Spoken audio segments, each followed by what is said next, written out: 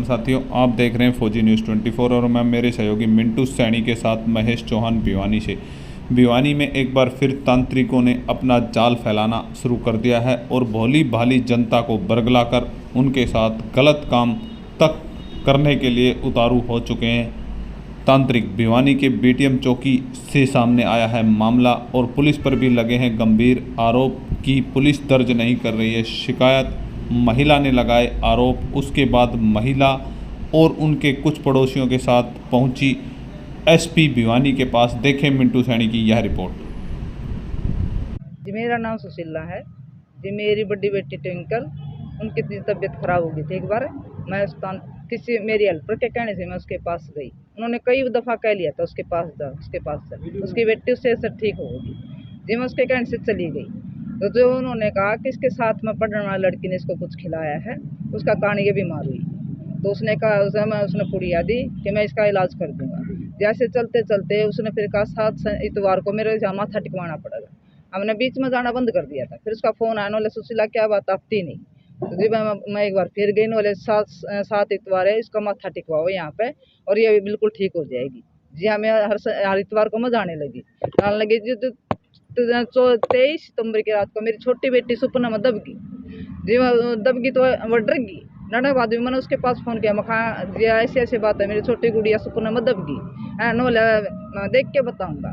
तो जी उसने देखा, थोड़ी देर बाद में उसने मेरे को फ़ोन किया तांत्रिक ने। मतलब भाई तेरी बेटी पर जिनका साया है, हाँ जिनका साया है, बोले वो ज़बरदस्त साया है, हाँ और वो गुड़िया के साथ मतलब गलत कर्म भी करता है। उसने मेरे को ऐसा बोला। तो नोला मखा जी नोला आपको आना पड़ेगा मेरे पास, मैं फ़ोन पे नहीं बता सकता ये बात। तो जी मैं उसके पास गई तो उसने कहा कि तेरी गुड़िया पर ज़बरदस्त जिनका साया है, हर अगर नहीं इलाज करवाएगी तो तेरी बेटी या घर में से कोई मर जाएगा। तो मैंने बोली मखा जी फिर क्या इलाज है। तो उसने मेरे से ये कहा कि आप मेरे साथ निवस्त्र होकर हवन में बैठना पड़ेगा। आप भी निवस्त्र होगे, मैं भी निवस्त्र हूँ, हैं और इस दौरान भी आपको मेरे साथ गलत कर्म भी करना पड़ेगा और मैं कभी भी तेरे घर आ सकता हूँ, तो इस चीज़ के लिए मना नहीं करेगी। उसने मेरे को ये बोला जी। मैं कहा जी मेरे तो बस की बात नहीं है ये। बोले अगर ऐसा नहीं करोगे तो आपका घर में 100% किसी की मौत हो जाएगी जी। मैं डर गई तो मैं बोला चलो मैं आपका घर देख के बताऊँगी। जो मेरे साथ मेरे घर भी आया है 24 तारीख को आया, उसने मेरे घर भी देखा है। मेरे 2 बच्चे घर पे थे, उन दोनों बच्चों को बाहर भेज दिया उसने। तो उसने मेरे से कहा कि मैं चाय पीना चाहता हूँ।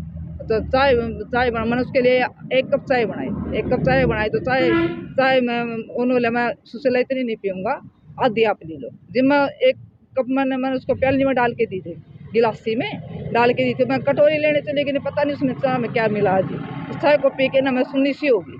तो उसने कहा मैं बताओ हम करने वाले। उसने जो मेरे को छूते हुए यहाँ से लेके यहाँ तक छुआ उसने मेरे को। बोले इसके को यहाँ पे 2 सतिये बनाने पड़ेंगे और मेरे साथ यहाँ तक निवस्त्र होकर मतलब मेरे शरीर को छुआ उसने है। उसके बाद मुझे नहीं पता, मैं सुनसा महसूस करने लगी।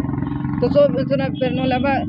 फिर आपको कल आना पड़ेगा वो भूतिया लेने के लिए मेरे धाम पर आई है जी। मैं डर गई। फिर मैंने सोचा मैं नहीं जाऊँगी।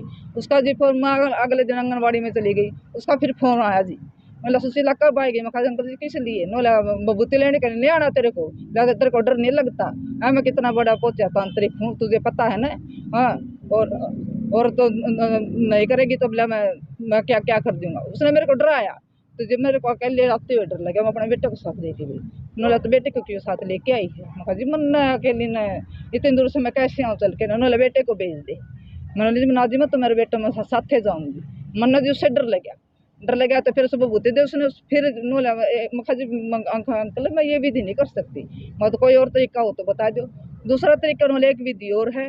बोला रात को 12 बजे नंगा होके आपके बिल्कुल नहीं वस्त्र होके जहाँ पे 3 रास्ते फटते ना पे दीवा चाचना पड़ेगा जी। मेरे ये भी बस की बात को नहीं। नोले वहाँ तो तेरे को सारा जमाना देखेगा, तो पहली विधि कर ले मेरे साथ है उसको, उसमें तेरे को कोई नहीं देखेगा जी। उसने मेरे पे इस बात का दबाव बनाया जी। मैं नोले को हाँ ना का मेरे को जवाब मैं उसने मेरे कहा किसी को नहीं बताएगी, अगर ऐसा बताया तो मैं कुछ भी कर सकता हूँ। उसने मेरे को इतना डरा दिया। बोला अगर तू किसी को बताएगी तो मैं कुछ भी कर सकता हूँ। और मैं ब्रह्म एसपी से हमने एसपी से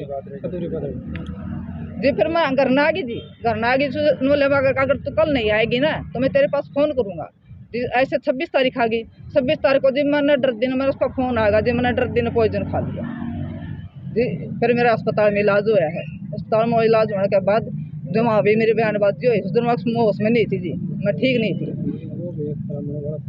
हाँ, तो बोल दिया ना कि ब्राह्मण हूँ, मैं कुछ भी कर सकता हूँ, तू नीच जाति की है, मैं तेरे को शुद्ध कर दूंगा ये काम करके। इसने मेरे को ये भी बोला है, मतलब तुम्हारी जाति को मैंने कईयों को शुद्ध कर दिया है, बहुत सी औरतों के साथ मैं कर्म कर चुका हूँ। तांत्रिक ने बोला मेरे को ये। मैंने तो सुन के मैंने जब तेरी हेल्पर के साथ भी मैं पुलिस ने जी, हमने बीटीएम चौकी में शिकायत की, बीटीएम चौकी वाले ने कोई रिस्पॉन्स नहीं दिया। वो मेरे को कसूरवार ठहरा रहा है।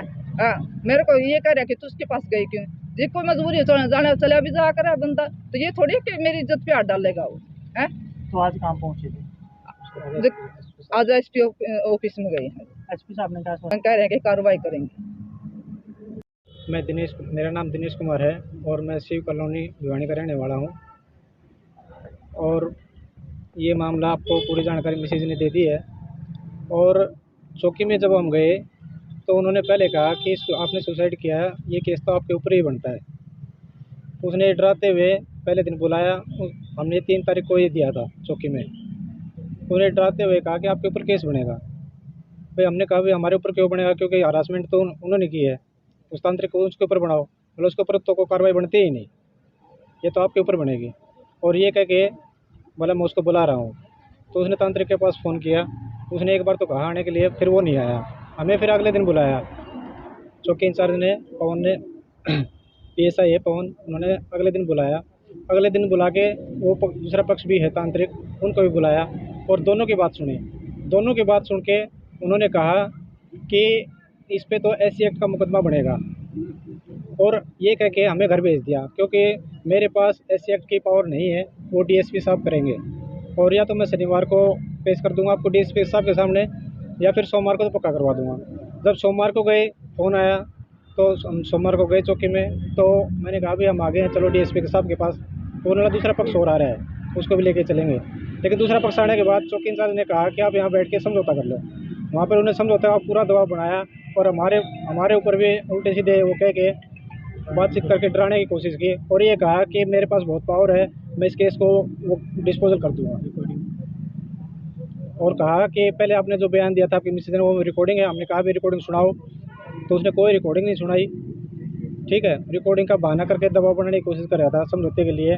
वो उनसे मिला हुआ है और इसलिए आज हम SP साहब के पास मिलने के लिए आए थे। तो SP साहब से मिले हैं और उन्होंने कार्रवाई करने की मांग आश्वासन दिया है।